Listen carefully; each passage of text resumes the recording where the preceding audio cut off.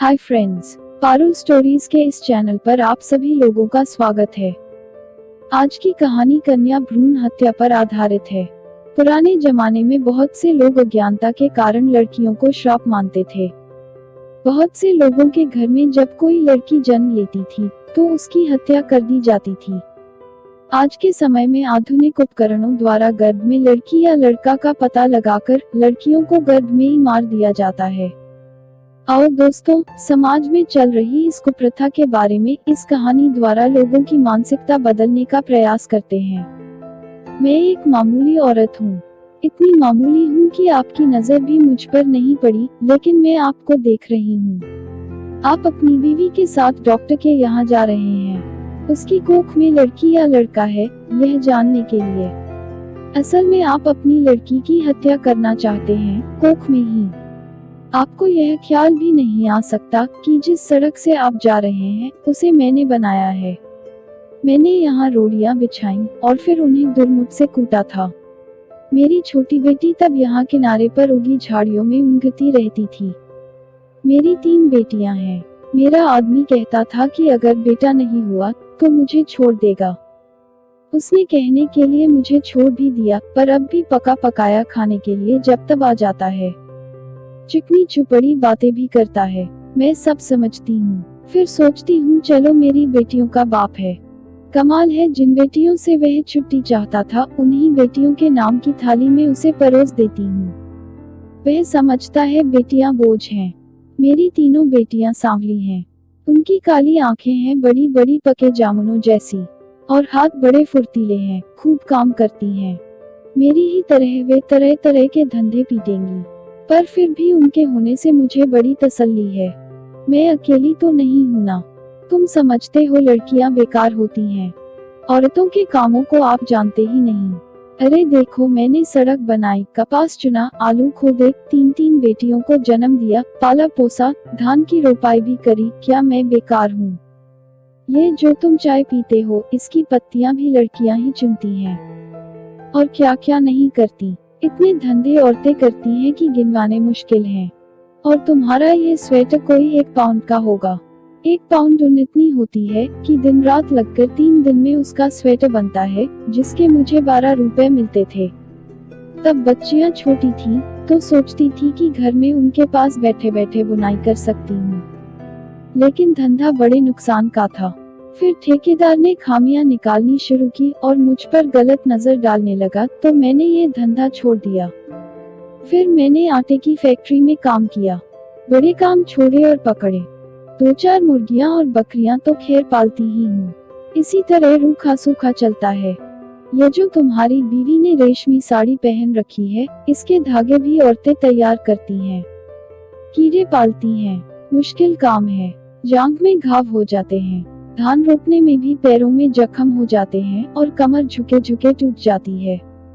मुझ पर पैसे होते तो अपनी लड़कियों को पढ़ाती लिखाती, उन्हें मास्टरनी बनाती या डॉक्टरनी।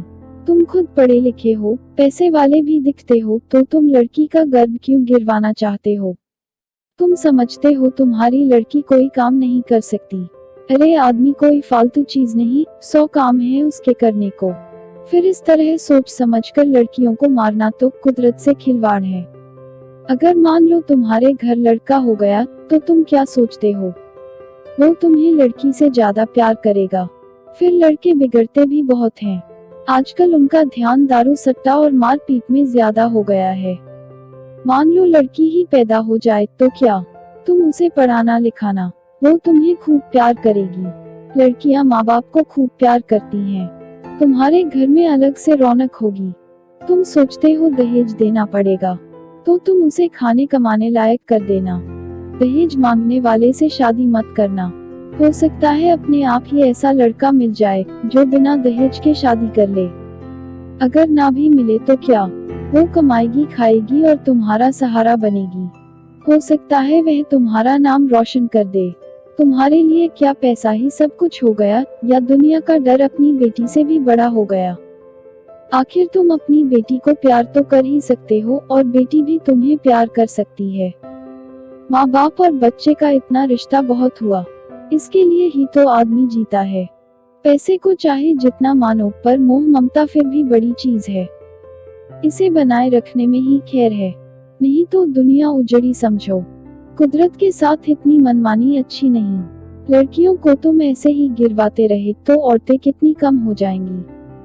फिर तुम उनके लिए कुत्तों की तरह लड़ोगे।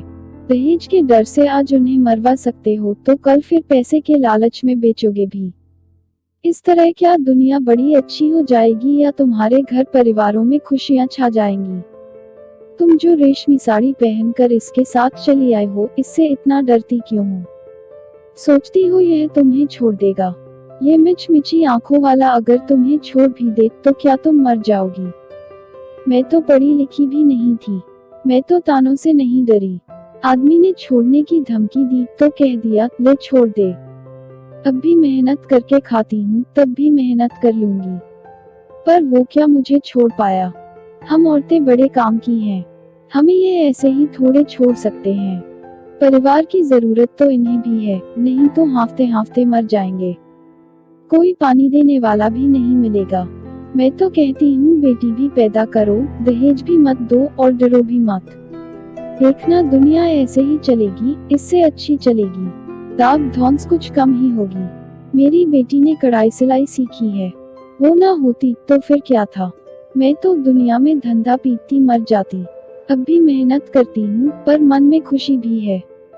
मेरी 3 लड़कियाँ खूब हुनर वाली हैं, कोयल जैसी आवाज है उनकी, सुनने से थकान मिट जाती है। ना करे कोई शादी, अपनी जिंदगी भाड़ बनाएगा, और जो शादी करेगा सो भाग्यवान होगा। चलती हुई यह ठेकेदार आता दिखता है, आंखों से कम सूझने लगा है। ये जो लिबर्टी सिनेमा है ना, इसे गिराना है। मालिक यहाँ पूरी बाजार भर दुकानें बनवाना चाहता है। यही मलबा ढोने का काम करूंगी। काम तो ठीक है, मैंने बहुत किया है, पर इसके सामने ये डॉक्टर की दुकान है। यहाँ बस लड़का लड़की टेस्ट होता है। इसे देख देख के मन में बेचैनी बनी रहती है। वक्त बेवक्त तुम्हारे जैसों की सूरत देखनी पड़ती है, हथियारों की। बस कहीं और काम मिला तो ये जगह छोड़ दूंगी, तब तक तो यही काम करना पड़ेगा। मैं पढ़ी लिखी होती तो ये सब बातें ही लिख देती, फिर तो तुम भी मेरी बात किताब में पढ़ लेते। पढ़कर तुम भी कहते करतारी देवी बात तो पते की कहती है। आपको मेरी कहानी कैसी लगी कमेंट बॉक्स में बताइए, ताकि मैं आप लोगों तक अच्छी अच्छी कहानियां ला सकूं। हमारे चैनल को सब्सक्राइब करना ना भूलें और साथ ही वीडियो को लाइक करें और अपने दोस्तों के साथ व्हाट्सएप, इंस्टाग्राम और फेसबुक पर शेयर करें।